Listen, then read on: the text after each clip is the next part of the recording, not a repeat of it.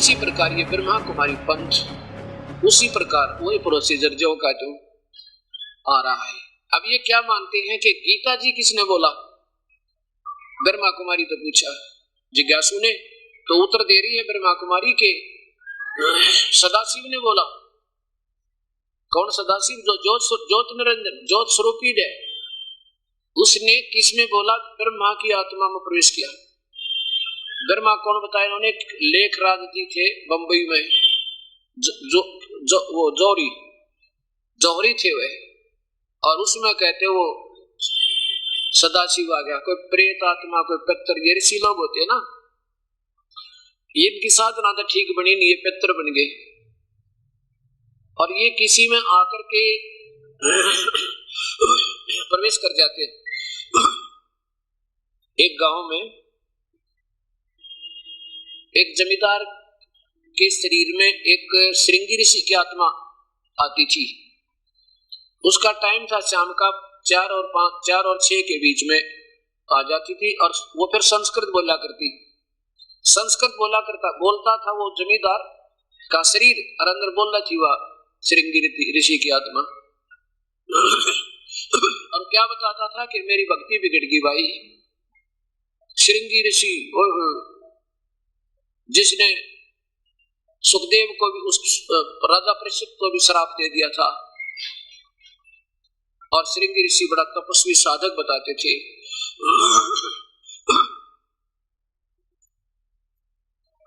अब ऐसे वो आत्मा, अब वो कुछ भी सट्टे मारे, संस्कृत उसको आती थी, क्योंकि आत्मा के अंदर ये पुराने संस्कार विद्यमान रहते हैं अंतःकरण में, जीव आत्मा में। जीव जो है, ये जीव जो कहलाता है, ये आत्मा समेत है। और जब जीव खत्म हो जाएगा, केवल आत्मा रह जाएगी, जीव नहीं रहेगा फिर।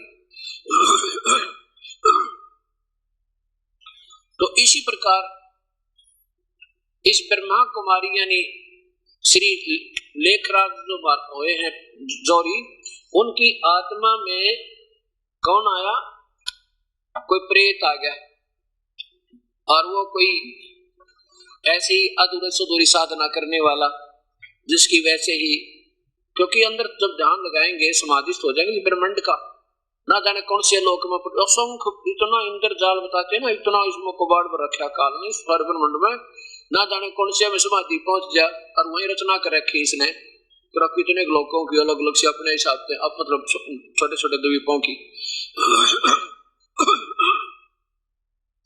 ये ब्रह्मा विष्णु महेश चक्कर में पड़ गए। बता इस लेखराज ने कैसे समझ में आने देगा ये काल। अब देखना ये कौन बताए कि जिनके शरीर में वो प्रवेश किया। ये देखो, ये है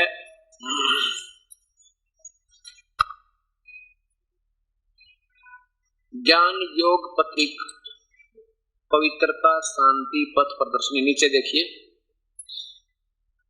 प्रजापिता ब्रह्मा कुमारी ईश्वरीय विश्वविद्यालय पांडव भवन माउंट आबू राजस्थान।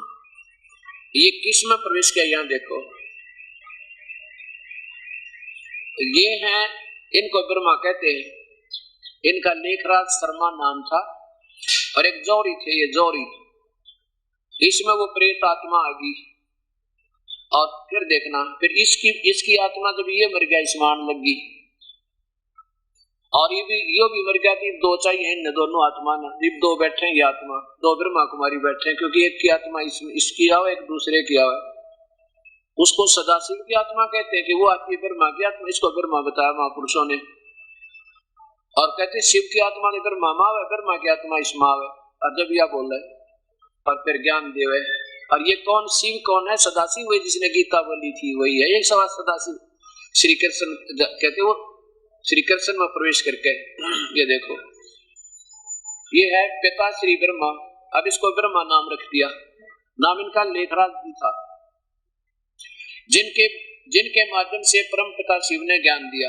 यहाँ देखो, जगदम्बा सरस्वती, जिन्होंने ज्ञान वीणा द्वारा आध्यात्मिक जागृति लाई। आगे देखो, नीचे विवरण देखिएगा। जिस मनुष्य के तन में परमात्मा शिव ने प्रवेश किया, वह उस समय कलकत्ता में एक विख्यात जौहरी थे और श्री नारायण के अनन्य भगत थे। यह देखो त्रिकालदर्शी परमात्मा शिव ने उनके तन में प्रवेश किया।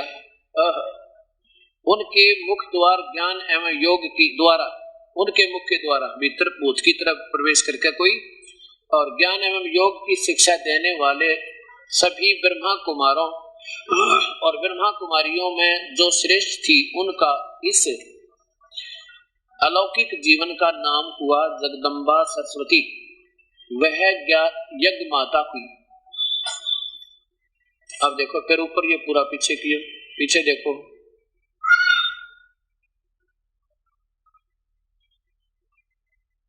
ये यज्ञ माता होगी। अब इनकी आत्मा इसमें आती है, क्योंकि ये भी प्रेत बन गए, पितर बन गए, शास्त्र विरुद्ध साधना करके। अब हमने इन बातों को देखना है प्रेम पूर्वक।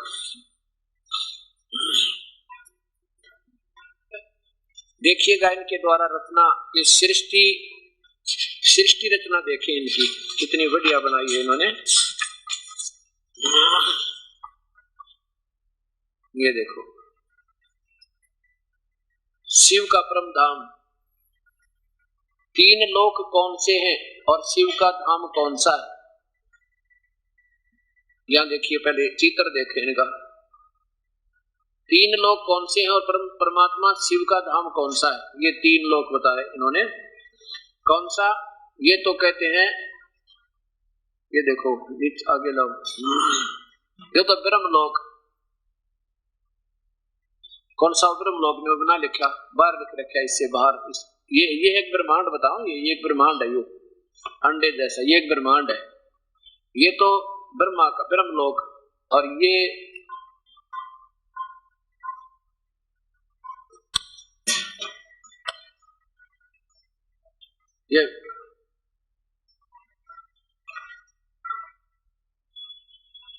और ये इधर लिख रखा है सूक्ष्म लोक। ये देखो इधर लिखा सूक्ष्म लोक, सूक्ष्म लोक ब्रह्मा विष्णु और शिव पुरियां। अच्छा नीचे देखो ये है साकार मनुष्य लोक, ये है साकार मनुष्य लोक, और ये यहाँ ऊपर देखो और पीछे कर लो, ये दिखा रखी है, ये इनकी पुरियां, कोई जिक्र भी नहीं कहा वो पुरियां। ये एक ब्रह्मांड की रचना बताई इन्होंने। और क्या बताते हैं देखो कि मनुष्य लोक तो ये है जिसमें जिन व्यक्तियों का ये मनुष्य आत्माएं मुक्ति अथवा पूर्ण शांति की शुभ इच्छा तो करती है, परंतु उन्हें यह मालूम नहीं कि मुक्ति धाम अथवा शांति धाम कहाँ है। इसी प्रकार परम प्रिय परमात्मा शिव ने मनुष्य आत्माएं मिलना तो चाहती हैं, उन्हें ये याद भी करती हैं, परंतु यह मालूम नहीं कि वह पवित्र धाम कहाँ है जहां वह जाकर परमपिता शिव इस सृष्टि पर अवतरित होते हैं। जहां से आकर परमपिता शिव इस सृष्टि पर अवतरित होते हैं। ये कितिया देखो, पहला था साकार मनुष्य लोक। सामने चित्र दिखाया गया है कि यह एक साकार मनुष्य लोक है जिसमें इस समय हम हैं। तो ये पृथ्वी लोक को ये मनुष्य लोक बताओ जिसमें हम बैठे, और इसमें सभी आत्माएं हड्डी मांस आदि स्थूल शरीर से लेकर कर्म करती है। नीचे देखो दूसरा सूक्ष्म देवताओं का लोक। इस मनुष्य लोक के सूर्य तथा तारागण के पार तथा आकाश तत्व के भी पार एक सूक्ष्म लोक है जहाँ प्रकाश ही प्रकाश है। उस प्रकाश के अंश मात्र में ब्रह्मा विष्णु तथा महादेव शंकर की अलग अलग पुरियां हैं। अच्छा देखो यहाँ उन देवताओं के सिर्फ हड्डी मांस आदि के नहीं बल्कि प्रकाश के हैं, और यहाँ उनको दिव्य चक्षुओं द्वारा देखा जा सकता है। ये देखो यहाँ संकल्प तो होते हैं, क्रियाएं भी होती हैं और बातचीत भी होती है, परंतु आवाज नहीं होती। जो कहीं ये जो आवाज नहीं होती इनकी, ये तो हम बोल रहे हैं जैसे गूंगे बोले अगर जैसे बिना आवाज की तो होती है ना, बिना आवाज की मतलब वो कहते ऐसे रहते हैं ब्रह्मा विष्णु महेश्वर, उनका आवाज को नहीं।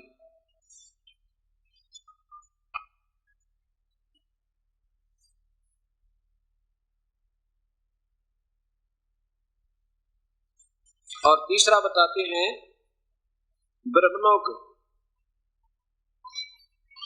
ये वो लोक है जिसमें केवल एक बिंदु दिखाई देता, बिंदु, जो केवल एक बिंदु दिखाई देता है वो लोक है ये।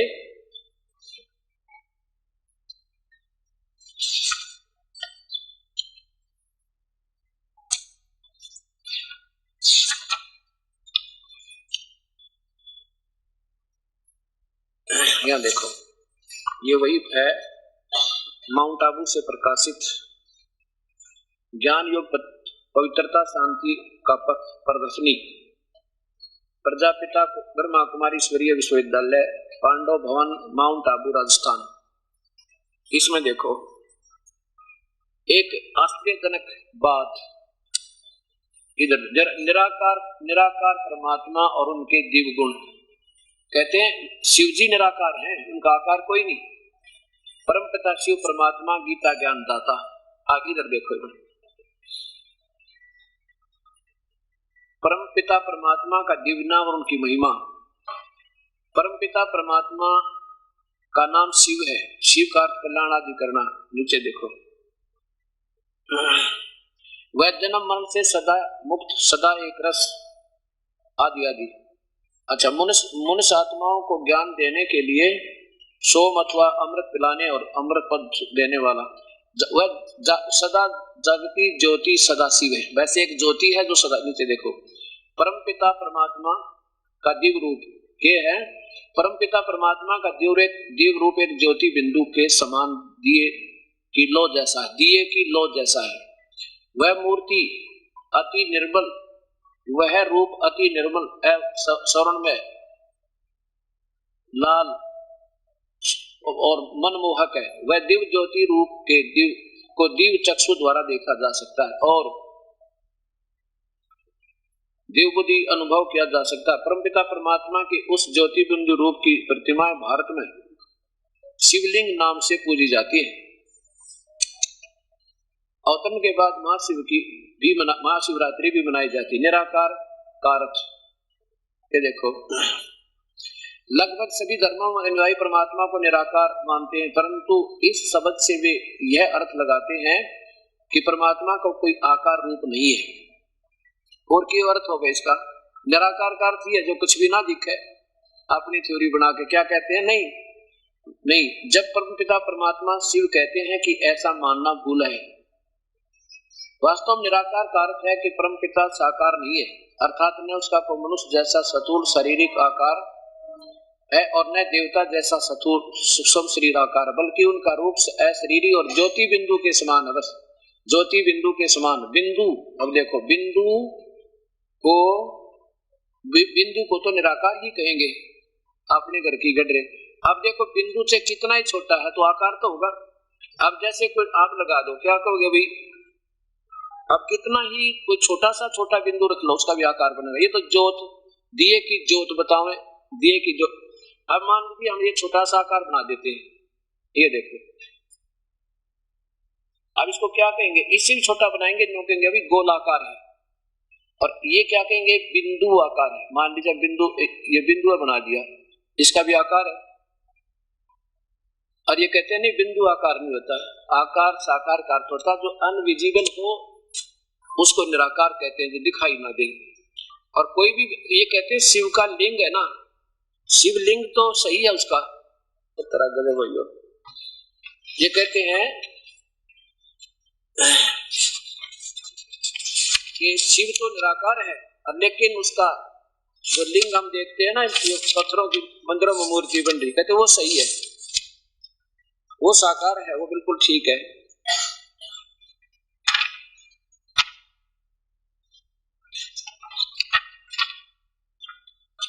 ये देखो, इसी की ये वही किताब है जो कि भगवान शिव तो मनुष्य रूप में आकार है और उसका लिंग निराकार है, और बिंदु लिंग शरीर निराकार, पर वही है। अब देखो इस पे शिव और शंकर में अंतर। कहते हैं शंकर तथा शिव, ये तो शंकर है और यो डला शिव है। गजब, यो डला शिव है, यू है परम पिता, टूटे भाग थरे। अर्गेला मारे। ये देखो ये क्या लिखा है कि सूक्ष्म लोक निवासी विनाशकारी आकारी देवता रचना। ये देखो परम धाम निवासी कल्याणकारी निराकार परमात्मा। ये देखो ये निराकार परमात्मा। अरे तेरा गजब हो, यो कुछ सोचते लो बोलन के पहला सारे शास्त्र फेल कर दिए, सब ऋषि फेल कर दिए। निराकार साकार क्या होता है? डड़ा भी आकार भी दिखे सामने का यूं है भगवान, ये तो पक्का भगवान। ये परमात्मा ये मेरे बंदी छोड़, मेरी भी अच्छी ड्यूटी लाई मालिक ने, मेरे मैल दौड़ की। अब यहां देखो इसमें क्या कहते हैं, ब्रह्मा कुमारी से पूछा गीता का ज्ञान किसने दिया? कि भगवान सदाशिव ने। वो सदाशिव आपके सामने है, यो काल है जो आप पूर्ण विवरण आपके सामने सब शास्त्रों में प्रमाण। अरे इनका कोई प्रमाण नहीं, किसी भी शास्त्र का एक अंश भी आधार नहीं इन महापुरुषों का। अपने तो के मारे भूत बोल रहे इनके अंदर। पहले एक लड़की बोला करती ब्रह्म कुमारी थी, अब 2 ब्रह्मा कुमारी बैठे, क्योंकि एक में तो वो भूत पहले वाला जो ब्रह्मा इसमें लेखराज जी में आया करता। अरे लेखराज की आत्मा और दूसरी माँ दोनों बैठ कर बोल रहे, वहां से दोनों भूत बोल रहे। इसमें अपने अपने सट्टे मार के दुनिया को गुमराह कर रहे हैं। ये बद समाज नहीं सोचना पड़ेगा, ये तो मानने को ना, क्योंकि वहां का। और फिर कहते हैं कोई गुरु की आवश्यकता नहीं, बस ना कोई नाम जाप करना, ध्यान लगा लो क्या का द्वैती बिंदु का, और गुरु की आवश्यकता नहीं, ना कोई नाम जाप करना, ये को करा वही काम। अब देखो साप्ताहिक पाठ्यक्रम, ईश्वरीय ज्ञान का साप्ताहिक पाठ्यक्रम प्रजापति ब्रह्मा कुमारी ईश्वरीय विश्वविद्यालय पांडव भवन आबू पर्वत राजस्थान। अब इसमें देखो क्या कोई पूछा है ब्रह्मा कुमारी जी से, प्रश्न नंबर 143 पे। यहां देखो किसी ने पूछा बहन जी यह जो रहस्य आज आपने सुनाए हैं वो बहुत ही नए और गुह्य हैं। नीचे सुनो, पहले यहीं से चलते हैं। ये क्या बताती है? ये क्या गीता के भगवान को जानना जरूरी है? ब्रह्मा कुमारी पूछती है, से पूछा। हाँ, जीवन में पवित्रता सुख और शांति के लिए प्राप्ति के लिए साथ तो इस प्रश्न का बहुत गहरा बहुत गहरा संबंध है कि पहली को जानने से ही तो मनुष्य मुक्ति और जीवन मुक्त अर्थात का अधिकारी होता है। आप पूछेंगे कैसे? देखिए गीता के भगवान के वाक्य हैं, हे वत्स तो एक मुझे याद कर। देख युकेश क्या है? मन मना भव, यानी पूरा श्लोक नहीं, 2 अक्षर ले दिए कहीं, क्योंकि पूरा लिखते हैं तो इनको शरणार्थ करना ना हो, 2 अक्षर ले लिए, मन मना भव। ये है 18 अध्याय 63वां श्लोक, 18 अध्याय 65वां, और नीचे 4 अक्षर ले लिए कि मैं तुझे सब पापों से मुक्त कर दूंगा, ये ले लिया, सर्व पापेभ्यः मोक्षामि, ये 18 अध्याय 66वां श्लोक के 2 लाइन ले ली है। कहते हैं अब प्रश्न उठता है कि ये महावाक्य किसने बोले? क्या श्री कृष्ण ने बोले या किसी और ने? कहते हैं किसके हैं? श्री कृष्ण देवता के या ज्योत स्वरूपी परमात्मा शिव के? शरीरधारी देवता तो याद करने से मनुष्य बला मुक्ति की अवस्था था। शरीर के बंधन से न्यारी अवस्था कैसे प्राप्त कर सकता? फिर पतित पावन तथा पाप कटेश्वर तो एक परमात्मा ही है, दूसरा कोई पापों का नाश नहीं कर सकता, क्योंकि परमात्मा एक है, परमात्मा की कर्तव्य परमात्मा ही कर सकता है, दूसरा कोई नहीं कर सकता। इसलिए यह बात स्पष्ट करनी पड़ती है कि गीता का ज्ञान वास्तव में सर्व आत्माओं के परमपिता ज्योत स्वरूपी जीवन मुक्ति के दाता ब्रह्मा विष्णु और शंकर के रचयिता ज्ञान के सागर मौलिक जन्म से रहित पतित पावन परमात्मा शिव ने दिया, और उसे ही आप याद कीजिए। उस परमात्मा से ही आपको मुक्ति, जीवन मुक्ति अथवा श्री नारायण श्री कृष्ण जैसे वेद पद की प्राप्ति होगी। अब फिर देखो वो श्लोक इन्होंने क्या लिखा है कि ये 2 अक्षर लिए हैं, मन मना भव। पूरा नहीं लिखा ना, कोई श्लोक नंबर लिखा, पर मैं बताऊंगा कौन सा लिखा है इन्होंने। और सर्व पापेभ्यः मोक्षामि। अब ये इस बात को तो मानते हैं, सुन सुना के पढ़ पढ़ा के किया वो, क्योंकि साना चतुर आदमी थे ये लेखराज जी। और फिर ये, और इससे भी कोई साना भूत था वो इसमें आ गया। अब ये क्या बताते हैं कि जो ज्योत स्वरूपी निरंजन काल है ये सदाशिव है, बिल्कुल। और ये तो काल है, जैसे आप देखिएगा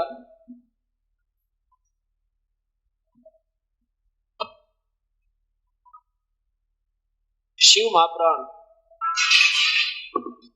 ये शिव महापुराण में जैसे आपको बताया, क्योंकि जो भक्तात्मा इस पूरे सत्संग को सुन लेगा फिर तो ये इनके बच्चे के खिलौने लगेंगे, कहीं की ईट कहीं का रोड़ा। अब देखिए ये है वो शिव महापुराण, और ये वास्तविक ब्रह्मा के द्वारा बोलेगी, इस नकली ब्रह्मा के द्वारा नहीं। गीता प्रेस गोरखपुर से प्रकाशित है, और इनके संपादक हनुमान प्रसाद पोदार और मुद्रक है गीता प्रेस गोरखपुर। इनके रुद्र संहिता अध्याय नंबर 6 में प्रश्न नंबर 100 पे सिर्फ इतना ही दिखाऊंगा कि ये काल जो है, ये काल और दुर्गा, यही काल ज्योति निरंजन, जिसको सदाशिव भी कहते हैं, इसको काल भी कहते हैं, और इसी को ब्रह्म भी कहते हैं।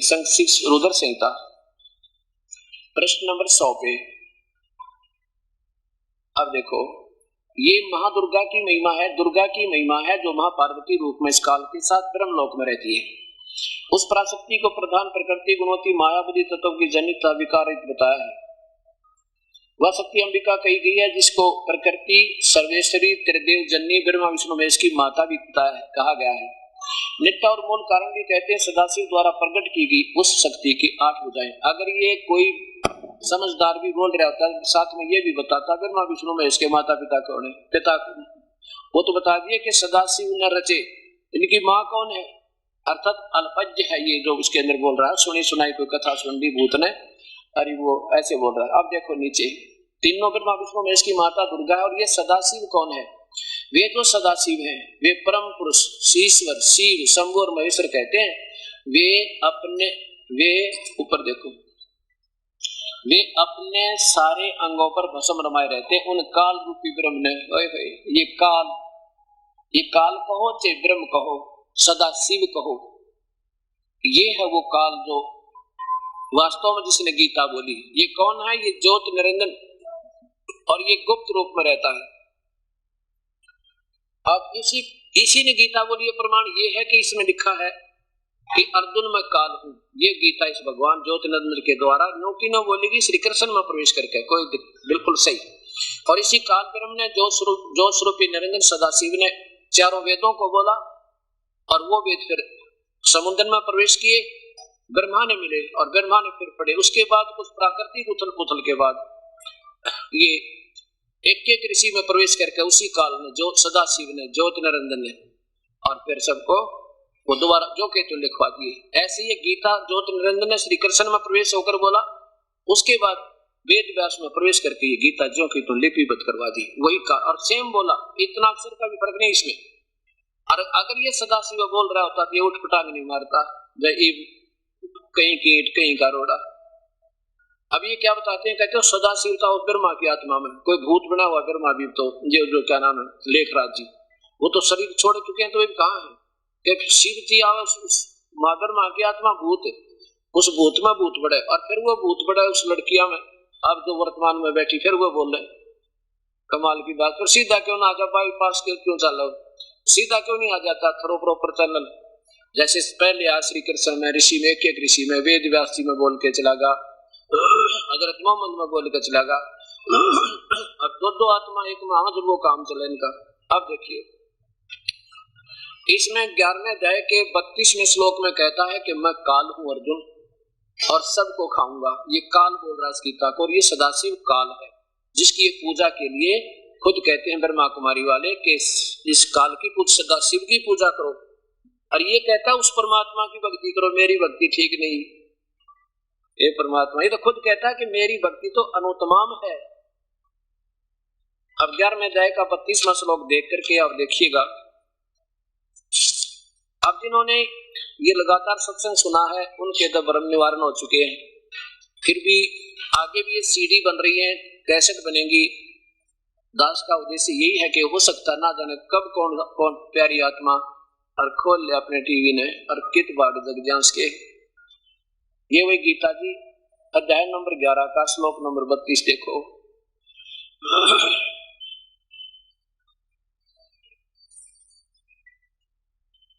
लोगों का नाश करने वाला मैं बढ़ा हुआ काल हूँ।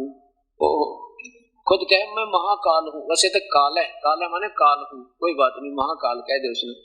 वो इस समय इन लोगों का नाश नष्ट करने के लिए प्रवृत्त हुआ हूँ, लोगों को नष्ट करने के लिए प्रवृत्त हुआ हूँ। यानी अब मैं वहां से चल कर आया हूँ गुप्त सतांत और श्री कृष्ण में प्रवेश करके बोल रहा हूँ।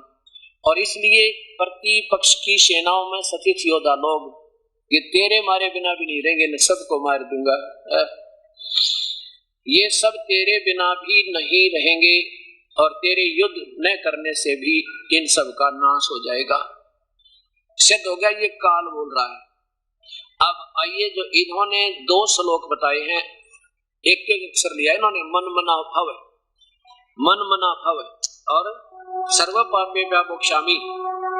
जो ये पूरे लिख दे तो न शब्दार्थ करना ना आवे, पूरा इसने न्यू नहीं लिखा है, एक अक्षर दे दे, बताओ उससे क्या समझे। 1-2 श्लोक लिख देते, जब उसकी गीता का महिमा गा रहे हो, भगवान ने ऐसे ऐसे वचन बोले तो 2-4 शब्द लिख देने थे। और ये भगवान तो कह रहा है कि मैं तो उसी परमात्मा और पूर्ण ब्रह्म परमात्मा है कोई, उसकी शरण में हूँ। 15वें अध्याय का 4था श्लोक फिर देखो, क्योंकि इनका आपस में एक दूसरे के साथ लिंक बनता है। यही 15वें अध्याय का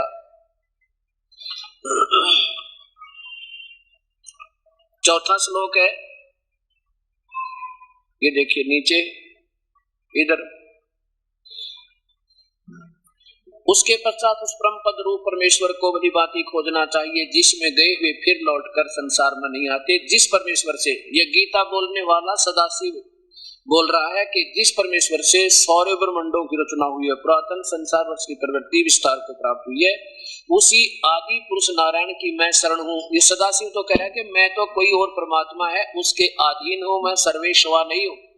और इस प्रकार दृढ़ निश्चय करके उसी परमेश्वर का निधि दर्शन और यानी उसी की पूजा करनी चाहिए। और फिर ये क्या बताते हैं 18वें अध्याय का 62वें श्लोक में, अध्याय नंबर 18 का श्लोक नंबर 62।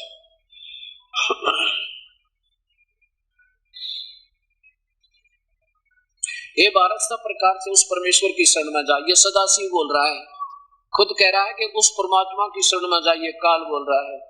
और उस परमात्मा की ही कृपा से तू परम शांति और सनातन परम धाम को प्राप्त होगा। काल का परम धाम तो यो जन्म मरण का है। ये कहता है तेरे और मेरे अर्जुन बहुत जन्म हो रही है, तू नहीं जानता मैं जानता हूं, हम तो जन्म और मृत्यु में अविनाशी नहीं है। अब देखो 63 में कहा कि इस प्रकार ये गुप्त से गुप्त भेद मैंने तुझे कह दिया, क्योंकि सारी गीता बोल दी। अब जैसे तुझे अब तू कह दिया, अब तूने जो ठीक लगा वैसे कर ले। मेरी भक्ति करेगा तो वो ठीक पूरी नहीं है, वो भी अनुतमाम घटिया तो घटिया। और उस परमेश्वर की करनी है तो तू सोच ले, उन संतों को ढूंढ ले। अब देखो 64वें श्लोक में क्या लिखा है, एक और गुप्त बताता हूं तुझे, गुह्यतमम गुह्य शरणों में परमम वचः, और गुप्त से गुप्त मेरे वचन सुन ले। इष्ट असी में दृढ़म इति, जिसमें 18वें अध्याय के 62वें श्लोक में तुझे संकेत कर रहा हूँ और 15वें अध्याय के 4थे श्लोक में संकेत कर रहा हूँ, मेरा भी पूज्य देव वही है। ये सदाशिव कह रहा है, ये ज्योति निरंजन काल कह रहा है, मेरा इष्ट, मेरा भी पूज्य देव। इष्ट माने पूज्य देव, असी माने है, मे माने मेरा, दृढ़ माने पक्कम पक्का, नो डाउट, बगैर निसंशय। यही तत्वक्षामि ते हितम, ये तेरे हित में कहूंगा मैं और किसी को नहीं बताऊं। आगे देखो, ये इन्होंने इष्ट का प्रिय कर दिया। अब 65वें में वो शब्द है इनका जो कहते हैं मन मना भव। अब ये है 65वां श्लोक, इसमें क्या बताया कि मन मना भव, बस ये 2 लाइन ले ली, 3 2 ये पूरा श्लोक लिखते हैं कि कलम घिसैती भाई, ताकि पता लग जाता है। आम आदमी को सोचा ना कौन से श्लोक का है, कौन से का ना है। हरिदास ने तो के ऊपर कृपा परमेश्वर की, इनके संकेत ही समझ जाते हैं कि ये कहाँ बोल रहे हैं, कौन सा स्टेशन पकड़ गए। इनके तो 1 मिनट में कोई से स्टेशन पे, 1 मिनट में कोई से स्टेशन पे, इनका कोई ध्येय नहीं कि कौन सा स्टेशन बोल रहा है इनका रेडियो का। अब देखो क्या गीता का ज्ञान, क्या गीता का ज्ञान भगवान को जानना जरूरी है। हाँ जरूर। देखो क्या लिखा है, मन मना भाव। बस या देखो, हे वत्स तुम एक मुझे याद कर, मन मना भाव, और फिर सर्व पापेभ्यो मोक्षामि, ये 18वां अध्याय है। अब प्रश्न उठता है कि ये वाक्य बोले किसने, कृष्ण जी ने बोले या सदाशिव ने, ज्योति निरंजन ने बोले? स्वयं कहते हैं कि ज्योति निरंजन ने बोले। ये देखो 144 पे 143 पे आप देख रहे थे, ये इधर देखो 144 पे ये वाक्य किसके हैं? श्री कृष्ण देवता के या ज्योत स्वरूप परमात्मा शिव के? हाँ, ज्योत स्वरूपी शिव के हैं। परमात्मा ज्योत स्वरूपी शिव ने ही गीता का ज्ञान वास्तव में सर्व आत्माओं के परमपिता ज्योत स्वरूप जीवन मुक्त के दाता ब्रह्मा विष्णु और शंकर के रचयिता, ज्ञान के सागर, लौकिक जन्म रहित पतित पावन परमात्मा शिव ने दिया। ये ज्योति निरंजन शिव, ये काल ने दिया। अब ये क्या कहता है? अब देखो 18वां अध्याय लिखता है, 65वां श्लोक देखो, इसमें क्या लिखा कि मन मुझ में मन वाला हो, 65वां चल रहा है, मुझ में मन वाला हो, मेरा भक्त बन, मेरा पूजन करने वाला हो, मुझको प्रणाम कर, ऐसा करने से तू मुझे ही प्राप्त होगा, यह मैं तुझसे सत प्रतिज्ञा करता हूं, क्योंकि तो मेरा अति प्रिय है। या प्रिय माने ठीक लिख दिया, प्रिय। अब काल कहता मेरी शरण में आता है तो नीचे के ब्रह्मा विष्णु महेश और देवताओं की पूजा त्याग दे, तो उनसे अच्छी राहत मैं दे दूंगा। लेकिन मेरी पूजा भी अनुतमाम घटिया तो घटिया है। यहाँ देखो ये काल कहता है कि लेकिन मेरी पूजा तो बिल्कुल व्यर्थ है। यहाँ देखिएगा, मेरी भी पूजा कति गलत है। अध्याय नंबर 7 का श्लोक नंबर 18,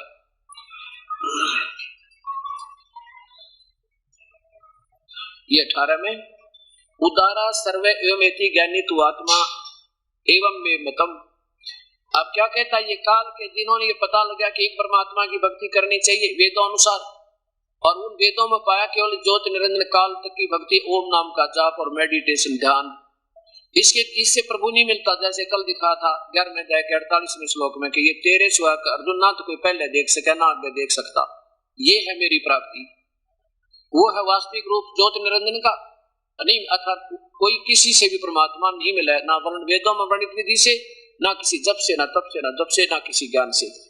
ये देखिएगा, पहले ये देख करके फिर यहाँ आइएगा। और जिस कहते मैं नहीं देखा जा सकता किसी प्रकार भी, किसी सूरत तक।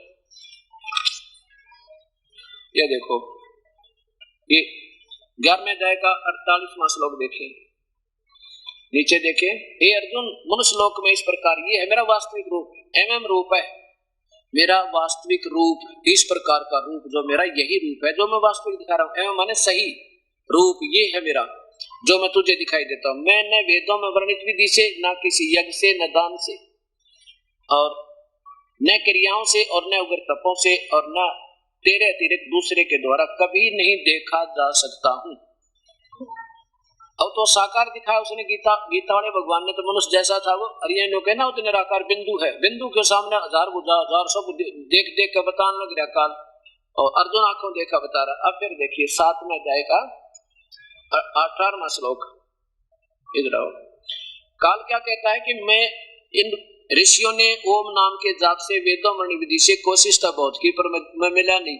इन्होंने सोच लिया वो निराकार है और एटम बम बन गए, 84 लाख दुनिया छूटी नहीं, क्योंकि इनको परम पिता परमात्मा पूर्ण ब्रह्म के ज्ञान बताने वाला वो तत्वदर्शी संत ना मिला, जिसके कारण क्या बताते हैं, उदारा सर्व एवं एते ज्ञानी तु आत्मा एवं मे मतम, ये ज्ञानी आत्मा जिनको ज्ञान हो गया कि एक भक्ति करे बिना मनुष्य जीवन असफल है, और भक्ति करें तो केवल एक परमेश्वर की करें और करना व्यर्थ है, पूर्ण ब्रह्म की, ना ब्रह्म की ठीक, ना पर ब्रह्म की ठीक, ना ब्रह्मा विष्णु महेश की ठीक, क्योंकि जन्म मृत्यु मिटती नहीं, इनते कर्म दंड कटता नहीं। तो कहते हैं उनको उस परम पिता के बताने वाला अपने संत मिलाना। इसलिए आस्तिक से ही युक्त आत्मा वो बेचारी वह युक्त आत्मा, उदार आत्मा, जैसे महर्षि चुनक जैसे, महर्षि कपिल जैसे, महर्षि दुर्वासा जैसे, कहते हैं आश्रित वो आश्रित रही सही वो जो भगवान में लीन आत्मा, प्रभु को चाहने वाली डिवोटी आत्माएं, सोल्स, आत्माम एवं अनुतमाम गति, मेरे द्वारा मुझ में ही मेरे वाली घटिया ते घटिया सचिथी में मेरे तक की भक्ति में वो बेचारी वो पुण्यात्मा वो मेरे वाली घटिया आत्मा में आश्रित, वो मुक्ति भक्ति में आश्रित रही। कति अनुतमा, अरे इन्होंने अनुतमाम का अर्थ लिख दिया अति उत्तम। बता कहां से अनुतमाम थे? चौथी कक्षा के बच्चे ने पूछ ले, उत्तम माने बढ़िया, अनुतम माने घटिया, अरे अनुतम माने क्या अति उत्तम। और यहाँ 24वें श्लोक में यही 7वें अध्याय के में अनुतम माने अनुतम, और यहाँ भी अनुतम लिख देते, चलो ना समझ में आवे तो इतना कर देते अनुतम माने अनुतम, गति रूप मुझ में सचित है, वैसी दिया बात आ जाती, सारा सीधा हो जाता। अब 18वें अध्याय के 66वें श्लोक में जैसे इन्होंने कहा मैं तुझे सर्व पापे भ्या मोक्षामि मां सोच, अब वो सुनाता हूं आपको। अब ये क्या बताया है कि पूरी गीता का, ये पूरा गीता शास्त्र बोल दिया काल ने, ज्योति निरंजन ने, सदाशिव ने, और कह रहा भी जब मेरी भक्ति करेगा तो जन्म मृत्यु तेरी मिटे ना मेरी मिटे नहीं, और तेरे और मेरे बहुत जन्म हो लिए, आगे भी होते रहेंगे। और तूने भक्ति करनी, उस परमात्मा की भक्ति करनी है तो उन संतों को ढूंढ ले जो तत्वदर्शी संतों, मैं नहीं जानता उस परम पिता उसके बारे में। अब क्योंकि ब्रह्मा कुमारी वाले कह रहे ना गीता जो इसने सदाशिव ने बोली, बिल्कुल सही कहा इन्होंने, ये तो इनका सुना सुनाई कथा है, ज्ञान है इन लड़कियों की। और ये देखो पहले देखो चौथे अध्याय का 34वां श्लोक, 5वां श्लोक, चौथे अध्याय का 5वां श्लोक, ये पवित्र गीता जी। और यहाँ देखो चौथे अध्याय का अध्याय नंबर 4 का और श्लोक नंबर 5 ही है ये। हे परंतम अर्जुन, मेरे और तेरे बहुत से जन्म हो चुके हैं, उन सबको तो नहीं जानता, मैं जानता हूं। ये काल बोल रहा है ज्योति निरंजन सदाशिव के मेरे तेरे बहुत जन्म मृत्यु हो लिए, और तेरे मेरे तो बहुत जन्म होंगे, आगे भी होंगे। और फिर देख लो ये इनको अजन्मा बताते हैं, इनका अजरो अमर है, ये विनाश नहीं होता। ये स्वयं दूसरे अध्याय के अंदर 70वें श्लोक में कहता है, दूसरे अध्याय के 70वें श्लोक में कि नाश रही तो उसको जान।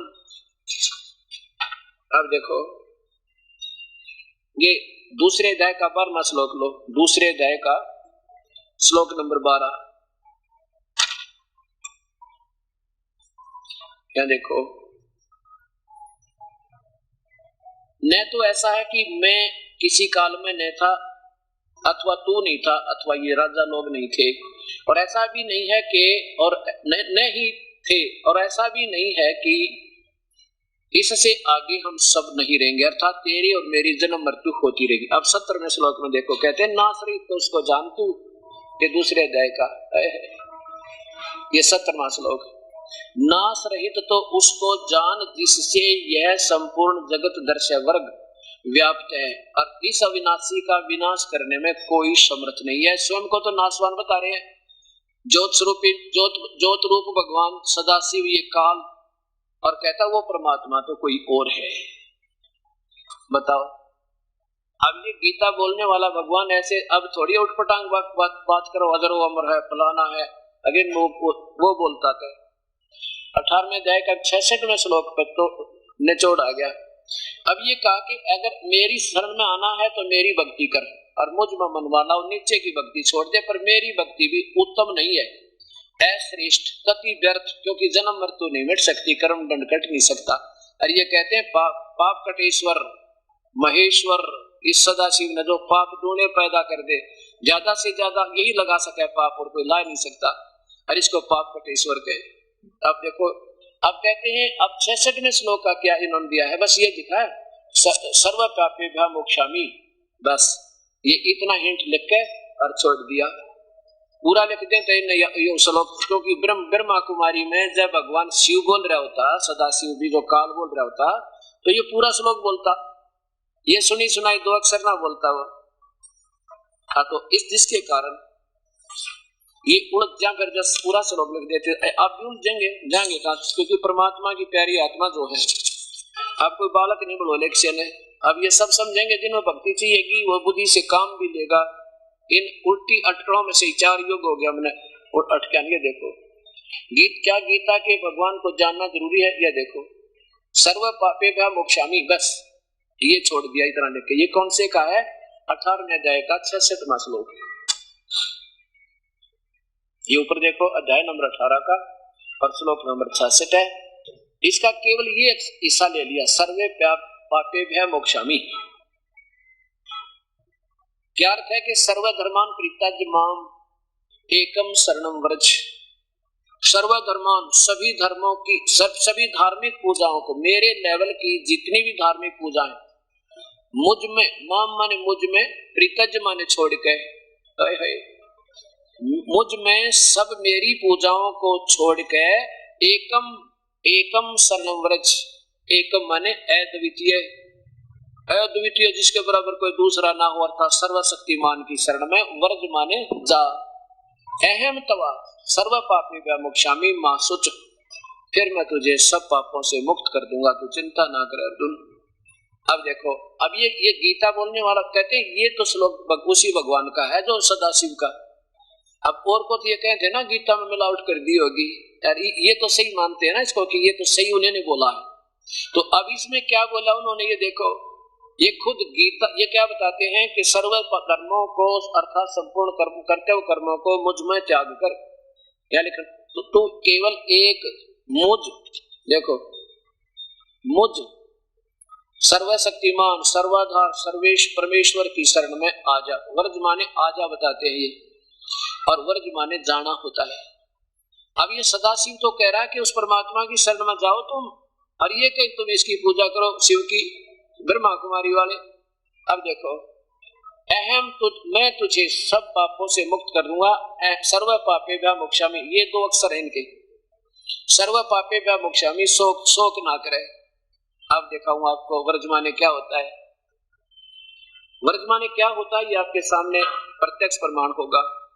अब सबसे पहले दिखाता हूं शिव श्री विष्णु पुराण।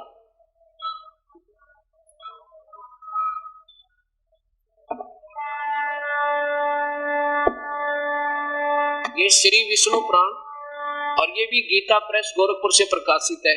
इसमें वर्ज माने जा, और ये कहते हैं आजा, और वर्ज माने होता है जाना। बिल्कुल 2 राय है इसमें, और ये उल्टा कर रखा है इन्होंने, और इसी को वो ब्रह्मा कुमारी वाले फटमान रहने गई हो तो भगवान ने बोला सज्जोत निरंजन ने। अब ज्योत निरंजन ये बोलेगा उल्ट सुलट, और मेरी शरण मेरी पूजा करो। गीता प्रेस गोरखपुर से प्रकाशित है, और ये देखो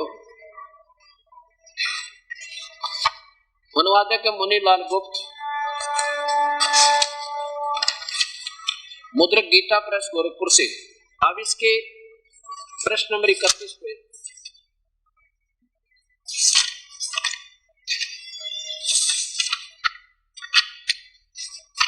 ये देखो, ये प्रश्न नंबर 31 अध्याय नंबर 2, अध्याय नंबर 9, यहां देखो नीचे ये 35 नंबर श्लोक में, ये मंत्र 34, ये 35। प्रावेशरम शरणम व्रज, ये वही वह कहता रह जय व्रज, व्रज माने जा। यहां देखो ये 34वां श्लोक समाप्त हो गया। या 35 में कहा है तुम दैत्यधनम प्रावेशरम भगवान विष्णु की शरण में जाओ। बिल्कुल ठीक है, नो डाउट। जाओ माने चले जाओ, व्रज माने जाना, आना नहीं होता जाना, ये कहते हैं आजा। अच्छा, ये तो इन्हीं के द्वारा ये सही किया इन्होंने निष्पक्ष भाव से। और यहाँ ये असमंजस में पड़ गया कि ये परमात्मा और किसके बारे में कह रहा है, वहां जाओ। क्योंकि ये तो श्री कृष्ण मानकर सर्वेश्वर माने बैठे इसको। अब यहां देखो, ये संस्कृत शब्दकोश, संस्कृत और हिंदी शब्दों में विशेष अंतर नहीं होते। ले देखो, संस्कृत हिंदी शब्दकोश वामन शिवराम आपटे के द्वारा, और इसमें क्या लिखा है, वह के तल रह और जय वृक्ष, वह के तल रह जय वृक्ष, वर्ज माने जाना, चलना और प्रगति करना। और नीचे देखो वर्जन, ये क्रिया बन जाती है वर्जन, वर्जन माने वर्ज, वह के तल रह जय लूट, घूमना फिरना, यात्रा करना, निर्वासन, देश निकाला। और ये कहते हैं आजा, तरह गजब हुई हो।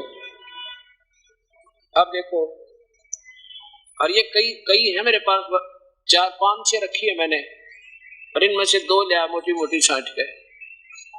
यहां देखो, ये नीचे वर्जन, ऊपर देखो ये वर्ज, वर्ज माने गमन, जाना, चलना, और वर्जन ये क्रिया बन जाती है वर्जन, चलना जाना। और ये कहते हैं आना, आजा, ये काल क्या कहता मेरे पीछा छुटा ले, और भाई मैं काल हूं, और ये कहते हैं आजा। और इसको कहते हैं कि इन्होंने कहा कि ये तो सदाशिव ने ये वाक्य बोले ही बोले, अर्थात ये तो मान गए कि ये श्री ज्योत स्वरूपी निरंजन, ये दोनों श्लोक बोले और दोनों आपके सामने पेश होंगे। तो इससे सिद्ध हो जाएगा कि ये ऋण के सूत्र, ऋण के ठीक नहीं फिट बैठ रही, उनमें ये क्या कहते हैं, कहते ये भगवान ने ना बोले शब्द, ये तो ठीक बोले ना। फिर इनको देख लो आप, ये देखो, इसके साथ साथ और भी महापुरुषों की यही दिखाता हूँ लीला, इन्होंने एक दूसरे की कॉपी कर दी, नकल ची। ये देखो, श्रीमद् भगवत गीता, आचार्य सुधांशु जी महाराज, और इन्होंने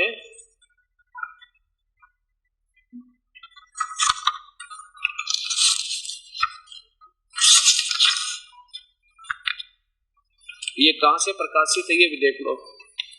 मैंने सोचेंगे ऊपर जलद जलद दिखा दिया, कई बार ऐसी समस्या है हमारे सामने कि ऊपर जलद बनवा रखी होगी महाराज जी ने। प्रथम संस्करण इतना, तृतीय संस्करण इतना, 101 रुपये कीमत एक की। प्रकाशक है विश्व जागृति प्रकाशन, ओंकारेश्वर महादेव मंदिर, जी पब्लिक, मानसरोवर गार्डन, नई दिल्ली। दूरभाष इतने इतने।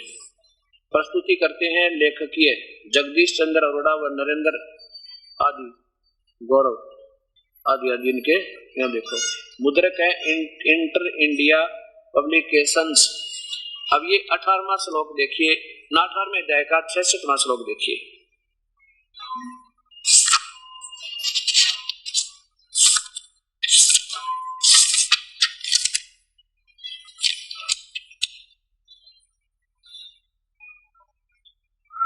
अध्याय नंबर 18 का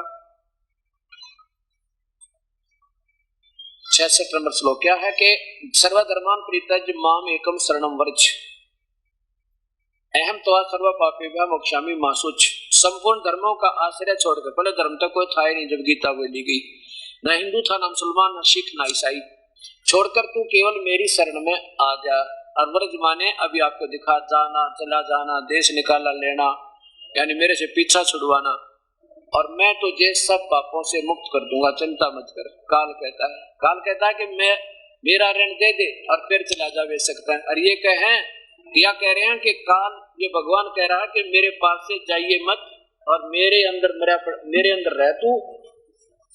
अब देखो सामने कोई पोस्टर लगा हो, कोई साइन बोर्ड लगा रखा हो गवर्नमेंट ने इंस्ट्रक्शन के लिए भी, आगे मत जाओ, वो भयंकर रास्ता, आगे भयंकर बियाबान जंगल है, और या कोई खतरा है इसमें, और वहां कोई खड़ा हो मेरे जैसा पैंट कोट पहन के, और कोई दूसरा व्यक्ति आ रहा है, वो पूछा भी क्या लिखा है इसमें, रास्ता जाना निषेध है या अलाउड है? और वो था अनपढ़ गंवार, उसने और पैंट कोट पहन के चश्मे लाए बैठा था, खड़ा था। उसने सोची जब तू ना बतावेगा तो बात बिगड़ेगी, तेरी आज बेइज्जती हो। कहने का बहुत अच्छा, जाओ जाओ, ऐसे लिखा कि जाओ, बहुत बढ़िया रास्ता हुआ। तो वो कर दिया इन्होंने, काल के मुंह में तूने फंसा दिए। कहते हैं भगवान तो कह रहा मेरे पीछा छुटवा ले, निकल जा तू, अगर तेरे तेरे नहीं बताऊं क्योंकि तू मेरा बहुत प्यारा है, रे माओ तेरे तय, और मैं काल हूं सब न खाऊंगा, तू संत न ढूंढ ले पर जो यहाँ से तूने निकाल दे। और वो जब जाएगा ना यहाँ से तो मेरी जो तूने ये ऋण, क्योंकि हमने काल के लोक में ब्रह्म के लोक में ऋण के असंख्य योग हो गए, इसके हम ऋणी हो गए बहुत गणे, इतने ऋणी हैं कि वर्णन नहीं कर सकते। आपको याद भी आप कालजा पाठ जा आपने सारे बता देता है। लेकिन एक मंत्र ऐसा मिलेगा, सतनाम सच्चा नाम, आपको ये एक श्वास की कीमत इतनी होगी पूछो मत, तब ये आपके सारे जीवन में पिछले ऋण इस काल के मुक्त होंगे। बहुत डट कर भजन करोगे जब।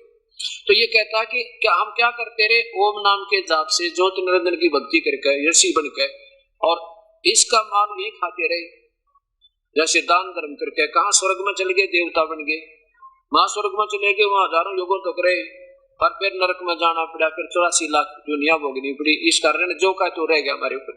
अब हम क्या करेंगे कि इसके रेस्टोरेंट में या पूंजी बर्बाद नहीं करें अपनी, और इसको दे देंगे आप संभालो, हमें या कुत्ते के दे मत बनाइयो, अपना ये पकड़ो, एक मंत्र देंगे हम आपको, इसको दे देंगे और ये फिर हमारे को छोड़ देगा।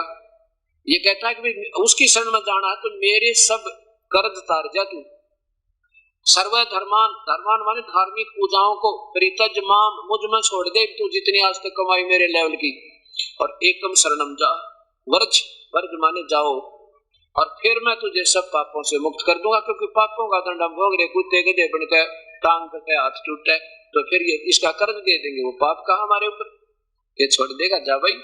तो भगवान तो ये करा रही है, संत जन कह रहे हैं, भगवान कह रहा है कि मेरी सर मेरे मुंह में आ जा, उल्टाई जाना मत। ये महापुरुषों की इनकी लेखनी देखो, ये परमात्मा। श्रीमद् भगवत गीता संत आसाराम जी, संत श्री आसाराम जी आश्रम अहमदाबाद से प्रकाशित है। आदरणीय श्री आसाराम जी का चित्र और इनके करकमलों द्वारा ये गीता और इनके आश्रम से उपलब्ध, अर्थात इनको ये सहमति है इनकी कि बिल्कुल सही है जो हमने यहाँ से भेजा है शास्त्र बना के, और जिम्मेवारी बनी है। 18वां अध्याय नीचे देखिए, 66वां श्लोक, सर्वधर्मान परित्यज माम एकम शरणम व्रज अहम त्वा सर्व पापेभ्यः मोक्षामि मा शुच। नीचे देखो, संपूर्ण धर्मों का अर्थात संपूर्ण कर्तव्य कर्मों को मुझ में त्याग कर तू केवल एक मुझ में, मुझ सर्वशक्तिमान, मुझ में त्याग कर मुझ में आ जा। कोई बात वही है, कोई सेंस भी ना बनती इसकी। देखो, संपूर्ण धर्मों का अर्थात संपूर्ण कर्तव्य कर्मों को मुझ में त्याग कर केवल एक मुझ सर्वशक्तिमान सर्वोदर परमेश्वर की शरण में आ जा।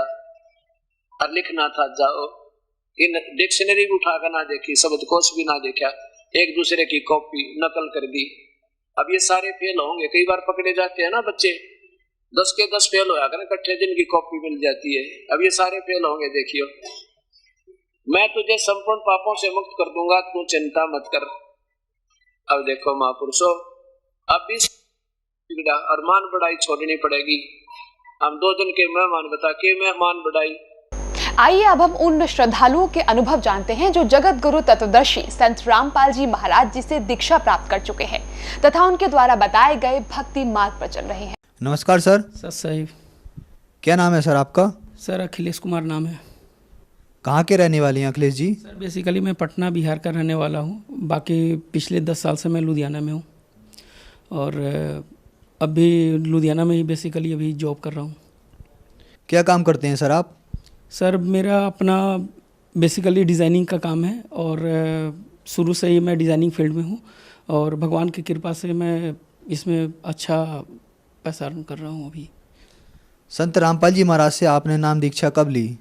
सर संत रामपाल जी महाराज से नाम दीक्षा मैंने पिछले साल 2 अप्रैल 2017 को लिया है, और उससे पहले भी मैं पूजा पाठ करता ही था, बट जो मेन भक्ति है जो मेरे को समझ में आया वो पिछले साल 2 अप्रैल से ही शुरू हुई है। संत रामपाल जी महाराज से नाम दीक्षा लेने से पहले आप क्या भक्ति साधना करते थे? सर रामपाल जी महाराज से नाम दीक्षा लेने से पहले मैं काफ़ी भक्ति करता था। ये पूछे कि मैं क्या नहीं किया, जितने भी देवी देवता है उनके जो तीर्थ स्थान है वहाँ पर भी गया हूँ, बैजनाथ धाम गया हूँ जल चढ़ाने के लिए। ये मान्यता थी, हमारे जो बाप दाता हैं वो भी जाते आए हैं, हम भी वहाँ पर जाते रहते थे। उसके अलावा जो तीर्थ स्थान है 9 देवियाँ हैं उनके भी तीर्थ पर गया हूँ। उसके अलावा घर पर भी जो पूजा पाठ होता था उनमें भी सम्मिलित होता था। जितने भी भक्ति करने हो, चाहे रामनवमी करने हो, चाहे जन्माष्टमी हो, उसमें भी सहता था, भूखा रहता था और जो भी मन में मुराद होती थी पूरी श्रद्धा के साथ पूजा करता था। चाहे महाशिवरात्रि हो, चाहे कोई भी फेस्टिवल हो, उसमें बहुत श्रद्धा के साथ मैं पूजा पाठ किया करता था। और बेसिकली मेरे पापा जो हैं वो पूजा में ही अधिकांशतः विश्वास करते हैं, तो मैं भी उनको देखा देखी शिव जी को बहुत मानता था और शिव जी में मेरी भी आराधना बहुत ज़्यादा थी। इतनी थी कि कोई भी बात होता था तो मेरे मुंह से ओम नमः शिवाय का जाप अपने आप निकल जाता था और अपने मन को शांत कर लिया करता था। तो इसलिए पूजा पाठ में तो मेरा शुरू से ही बहुत रुचि था, बहुत विश्वास है और भगवान में बहुत ज़्यादा श्रद्धा था। और भगवान के विषय में मेरे को जानने का इतना प्रबल इच्छा थी कि मैं उसको लेकर के वेद पुराण वगैरह सारा मैंने खरीदा। मेरे पास नाम दीक्षा लेने से पहले से ये मौजूद थे, इन पर विश्वास था। मैं एक मंदिर है यहाँ पर लुधियाना में ही, गुमार मंडी में रहा करता था, तो वहाँ पर कृष्ण मंदिर है। तो वहाँ पर सुबह में जाना, 5 बजे के समय में जाना और सारा पूजा ख़त्म होने के बाद करीब 8:30 बजे वहाँ से लौट के आता था। और मुझे जो जानना था, जो जानकारी लेनी रहती थी, वो पंडित जी से मैं पूछता था, वो अपने स्तर का मुझे ज्ञान बताते थे। और मेरे मन में बहुत सारे सवाल हुआ करते थे कि जैसे कि सारे देवी देवता जो है वो भारतवर्ष में ही जन्म क्यों लेते हैं, या ये सतयुग में सारे जो था एक ही समाज था, जैसे कि सनातन धर्म हुआ करते थे, त्रेता में भी सनातन धर्म था, हिंदू ही हुआ करते थे, द्वापर में भी सारे सनातन धर्म थे। लेकिन ऐसा क्या कारण पड़ा कि सारे धर्म जो है वो एक सनातन धर्म जो है सारे धर्म में विभाजित हो गया? क्या कारण पड़ा कि कुछ हिंदू जो है ना कोई ईसाई बन गए, कुछ हिंदू जो है कुछ मुसलमान बन गए? इस तरह के बहुत सारे सवाल मेरे मन में थे और इस तरह का सवालों का जवाब पाने के लिए मैं बहुत पंथों में भी गया, जैसे कि राधा स्वामी पंथ में भी गया और वहाँ पर भी मैंने क्वेश्चन राइजेस किए। बट मेरे सवालों का जो मुझे सवाल का जवाब चाहिए था वो मेरे को संतुष्ट नहीं कर पा रहे थे। हालांकि राधा स्वामी पंथ में जाने के बाद मुझे ये ज्ञान हो गया कि गुरु के बिना जो है ज्ञान नहीं होता है और वहाँ से मैंने काफ़ी कुछ सीखा। लेकिन मेरे जो मन को संतुष्टि चाहिए थी वो संतुष्टि वहाँ पर नहीं मिल पाई। मैं उनको छोड़ के फिर मुझे जो है ना किसी मेरे कुलीग ने बताया, मेरे दोस्तों ने बताया कि एक पंथ है ब्रह्म कुमारी, वहाँ पर से जो है ना वो बहुत सारा साधना जो है नया साधना सीखने को मिलता है, नया चीज़ सीखने को मिलता है और जो पूर्ण परमात्मा उनके विषय में जानकारी मिलती है। तो मैं वहाँ पर ब्रह्म कुमारी में भी गया, करीबन 8-10 दिन मैंने वहाँ पर भी लगाया। वहाँ पर एक कोर्स होता है जिसमें जो है ना वो पूरी सृष्टि रचना वगैरह के बारे में बताते हैं। बट वहाँ जाने के बाद भी करीबन 3-4 दिन के बाद मुझे जब त्रेता युग और द्वापर युग के बारे में बताने लगे कि राम जी जो थे उनका जन्म नहीं हुआ, रावण एक कहावटी है, एक बनावटी किस्सा है, तो मुझे यकीन नहीं हुआ। मैंने उनसे जो हमें ज्ञान दे रही थी उनसे मैंने चर्चा खत्म होने के बाद उनसे मैंने ये सवाल भी किया कि अगर राम जी नहीं हुए थे, त्रेता युग का कहानी अगर झूठी है, रावण अगर नहीं था, तो बताइए कि ये जो सागर में अभी भी कुछ पत्थर है जो उसके अवशेष जो है ना बहुत सारे मंदिरों में मिलते हैं, वो तैर रहे हैं, वो कैसे तैर रहे हैं, उस पर राम कहाँ से लिखा हुआ है? जरूर इसमें कोई रहस्य है। मैंने उनको लैपटॉप में जो है ना वो अपने डाउनलोड किया हुआ फोल्डर था उसको भी मैंने दिखाया, सारा दिखाया। तो उनका जवाब नहीं मिलने के बाद वहाँ से मैं निराश होकर अपने घर आ गया। फिर उसी तरह से अपना साधना चलता था। मेरे एक दोस्त हैं जो बहादुरपुर रोड पर एक फैक्ट्री है, वहीं पर उन्होंने बोला कि आपका सवालों का जवाब शायद कुमार स्वामी जी के यहाँ मिलेगा। उस समय जिस समय की बात है उस समय कुमार स्वामी जी का प्रोग्राम जो है दिल्ली में चल रहा था। बट मैंने जो है ना वो मन तो बना लिया जाने का, लेकिन उन्होंने कहा कि 2 महीने के बाद फरवरी में जो है ना वो लुधियाने में भी यहाँ पर वो सवाल के सामने एक फील्ड है वहाँ पर होनी है, तो मैंने सोचा कि वहीं पर देखूंगा। सर, जैसा कि आपने बताया आपने इतनी भक्ति साधनाएं की, आपने राधा स्वामी पंथ से नाम उपदेश लिया, फिर आप ब्रह्म कुमारी पंथ में गए, फिर आपने कुमार स्वामी के पास गए, तो इन सब साधनाओं से आपको क्या लाभ प्राप्त हुए? सर इन सब से मुझे लाभ तो कोई प्राप्त नहीं हुआ, क्योंकि मैं लाभ प्राप्त करने के व्यू से नहीं गया था। जो मेरे को कष्ट थे, शारीरिक कष्ट थे या धन से कमी थी या जो भी थी, उस चीज़ का तो भरपाई बाद में होता है। पहले तो मेरे मन को शांति चाहिए था, जो कि वहाँ पर जाके मिला नहीं। क्योंकि जो मेरे सवाल थे वह पहले भी उसी तरह के थे, और जिस समय मैं वो कुमार स्वामी जी के यहाँ से आया उस समय भी मेरे पास वही सवाल थे, तो सवाल तो उसी तरह खड़े थे। सो मुझे वहाँ से कोई लाभ नहीं मिला, ना ही मेरे को पहले के पूजा पाठ से भी कोई लाभ नहीं मिला। क्योंकि मैं इंजीनियरिंग का स्टूडेंट था, लेकिन इंजीनियरिंग कॉलेज में मेरे होने के बावजूद भी मेरे घर के बजट ऐसे थे कि मैंने एडमिशन नहीं ले पाया। मैं बीमार था, काफ़ी बीमारियां थी, वो भी मेरा ठीक नहीं हो रहा था। 20 साल से एक एलर्जी की बीमारी थी, अगर मैं रात में एक सिट्राजिन का गोली ना खाऊं तो दूसरे दिन ठीक भी नहीं हो सकता। इस तरह के बहुत सारे प्रॉब्लम्स थी। मैं प्रॉब्लम्स गिनाने लगूँ तो बहुत समय लग सकता है सर। सो मेरे को कहीं फ़ायदा नहीं हुआ। फिर सर आप संत रामपाल जी महाराज की शरण में कैसे आए? सर जब कुमार स्वामी जी के यहाँ मैं गया था, वहाँ से आने के बाद मुझे अपने फैक्ट्री में एक जहाँ पर मैं काम करता था, वहाँ पर मेरे ही एक भाई थे जो वहाँ पर काम करते थे, उनका नाम सनी दास था। उन्होंने मुझे बताया कि एक गुरु हैं, एक ऐसे पुरुष हैं जिनका ज्ञान सुनने के बाद आपको सारे सवाल का जवाब मिल जाएगा।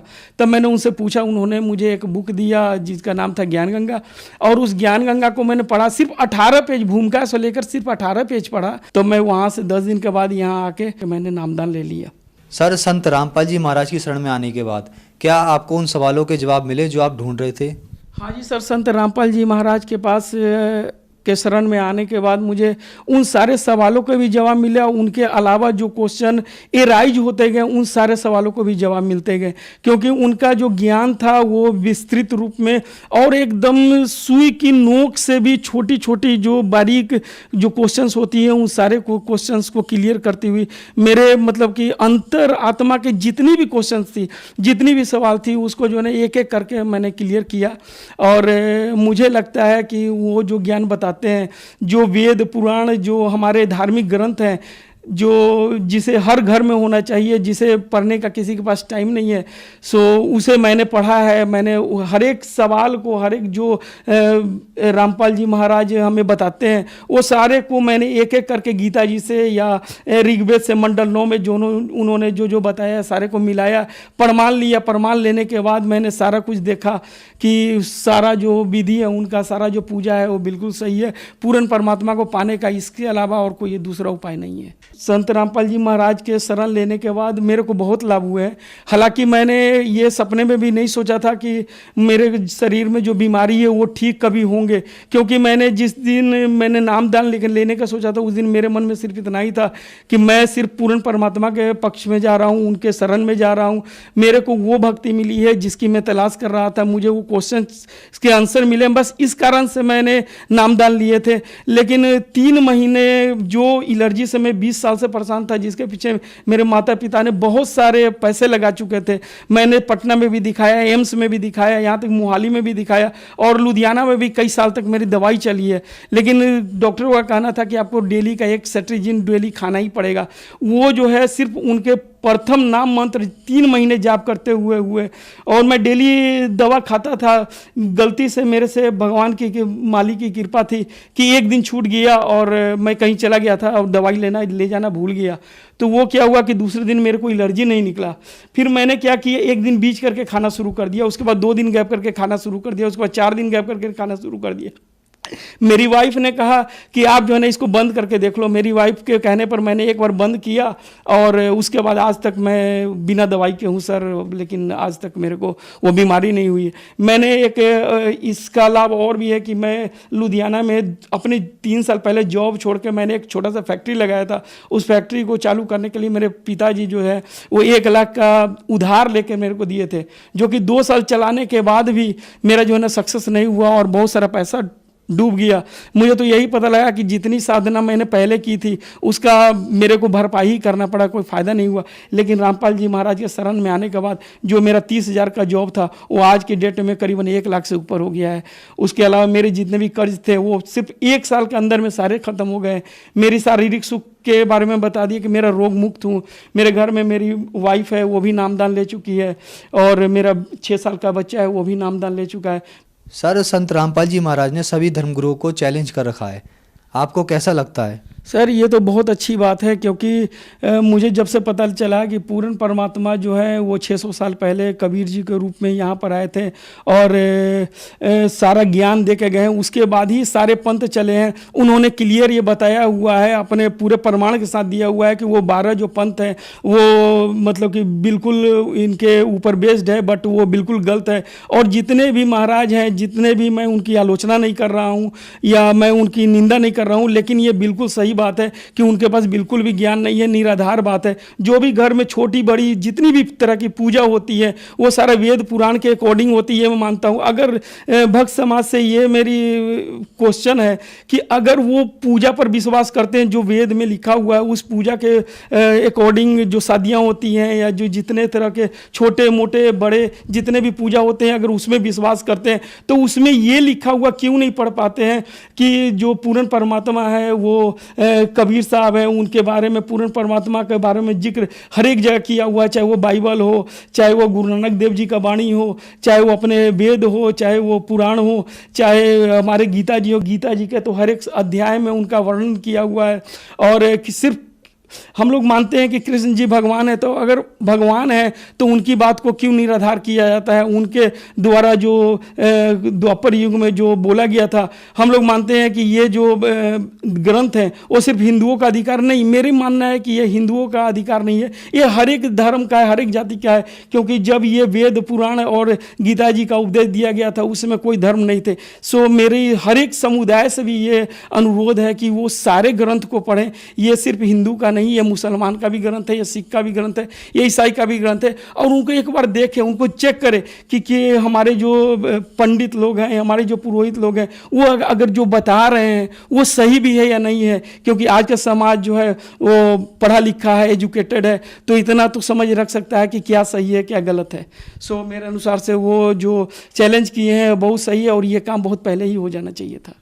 सर, जो श्रद्धालु आपको देख रहे हैं उनको आप क्या संदेश देना चाहते हैं? सर, जो श्रद्धालु देख रहे हैं, मैं तो ऐसे बहुत छोटा आदमी हूँ कि मैं इस लायक नहीं हूँ कि मैं उनको कोई संदेश दे सकूँ, लेकिन उन लोगों से मेरी ये विनती है कि वो समाज में बहकाए हुए जितने भी पंथ हैं उनके विषय में, उनके बारे में जानकारी लें कि वो सत्य क्या है, असत्य क्या है। क्योंकि हमारे जो धार्मिक ग्रंथ है, अगर हिंदू को जानना है तो हिंदू को नहीं देखिए, उनके धार्मिक ग्रंथ को देखिए। अगर ईसाई को जानना है तो उनके धार्मिक ग्रंथ को देखिए। जो हमारे ग्रंथ हैं वो बिल्कुल पुराने हैं, सनातन धर्म के हैं, जब आदिकाल थी उस समय से आए हुए हैं। तो हमारे धर्म बताते हैं कि वेद हमारे भेद हैं, ये सारे लोग जानते हैं। मनुष्य जीवन एक बहुत दुर्लभ जीवन है, ये पता नहीं अगले जीवन में आएगा कि नहीं आएगा, हम अगले योनि में किस योनि में जाएंगे, किस योनि से आए ये पता नहीं है। सो अपने मनुष्य जीवन को मेरे विचार से आप लोग को जो है ना वेस्ट, किसी को वेस्ट नहीं करना चाहिए। सो एक बार अगर मनुष्य जीवन मिला है, ये वो समय है, परमात्मा के रूप में गुरु जी इस धरती पर मौजूद है, हम लोग भी मानव शरीर में इस धरती पर मौजूद है, तो इस मानव शरीर को वेस्ट ना करें। सो मेरे यही विनती है मानव समाज से, और अपने परख से गुरु करें, क्योंकि बिना गुरु के ज्ञान नहीं है। सर, संत रामपाल जी महाराज से नाम दीक्षा कैसे ली जा सकती है? सर, संत रामपाल जी महाराज से नाम दीक्षा लेने का बहुत आसान तरीका है। इनका जो है ना प्रोग्राम हर एक दिन संध्या टीवी पर 7:30 बजे से आता है, ईश्वर टीवी पर आता है, और बहुत सारे चैनल जिस पर आते हैं। उसके नीचे में जो पंच लाइन होती है, जो येलो कलर की लाइन होती है, उस पर भी लिखी होती है जो भी नंबर है, जहाँ से भी इंडिया के कोई स्थान पर हो या इंडिया के बाहर भी हैं, जो जिनके यहाँ केवल आजकल तो नेट का सिस्टम है, तो सारे जगह ये मौजूद है। वहाँ से अगर वो किसी नंबर पर भी डायल करते हैं तो वहाँ से उनको जो है ना उनके बगल में जो भी नामदान केंद्र है वहाँ से उनको जो है ना वो सब कुछ जो है ना साधन उपलब्ध कराया जाता है और नामदान दे दिया जाता है। इसमें कोई प्रॉब्लम वाली बात नहीं है। धन्यवाद सर। धन्यवाद।